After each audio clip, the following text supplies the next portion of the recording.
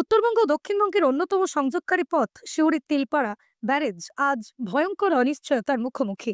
ময়ূরাক্ষী নদীর জলস্ফীতির জেরে জলাধারের ওয়াটার ডিভাইডারে দেখা দিয়েছে বড় সড় ফাটল। ছোট ছোট চির ধরে শুরু হওয়া বিপদ এখন মারাত্মক আকার নিচ্ছে। ইতিমধ্যেই যান চলাচলে জারি হয়েছে নিয়ন্ত্রণ। সামান্য জল ছাড়া হচ্ছে ব্যারেজ দিয়ে। দীর্ঘদিনের অবহেলা, মেরামতির অভাব আর বর্ষার দাপটে দিশেহারা তিলপাড়া ব্যারেজ। এমন পরিস্থিতিতেই জোর কদমে চলছে মেরামতির কাজ, কিন্তু বাধা হয়ে দাঁড়িয়েছে লাগাতার বর্ষণ ও ঝাড়খণ্ড থেকে আসা অতিরিক্ত জল। স্বাভাবিকভাবেই প্রশ্ন উঠছে, এই অবস্থায় আদৌ কি সম্পূর্ণ মেরামতি সম্ভব?